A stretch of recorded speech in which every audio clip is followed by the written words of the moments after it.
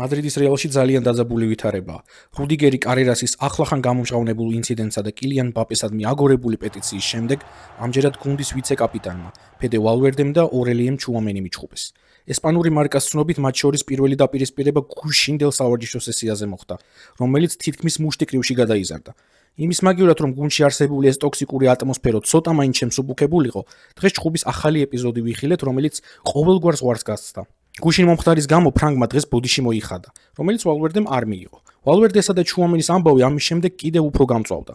ფეხბურთელებმა გასახდელ ოთახში ამჯერად უფრო სერიოზულად იჩხუბეს და ჩუამენის დარტყმის შემდეგ ფედემ თავი მაგიდას ჩამოარტყა.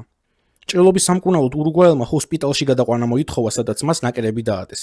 ვალვერდემ ჩუამენისთან ჩხუბის შემდეგ თავის ტრავმა მიიღო. რის გამოც ელ კლასიკოში ბარსელონასთან ვერ ითამაშებს. უფრო მეტიც გამოჯამრთელებას 10-დან 14 დღემდე დასჭირდება. თანაგუნდელებს შორის მომხდარი ჩხუბი ნათლად აჩვენებს, რომ მადრიდის რეალის შიდა სამზარეულოში ყველაფერი იდეალურად სულაც არ არის. როგორც ჩანს, ზაფხულში კლუბში ბევრი ცვლილება იქნება. პირველ რიგში მწვრთნელის. ალვარო არბელოა გუნდს დატოვებს. დიდი შანსია მადრიდში ჟოზე მოურინიო დაბრუნდეს. იმისთვის, რომ არ გამოგჩეს სპორტული სიახლეები, გამოიწერეთ ჩვენი YouTube არხი.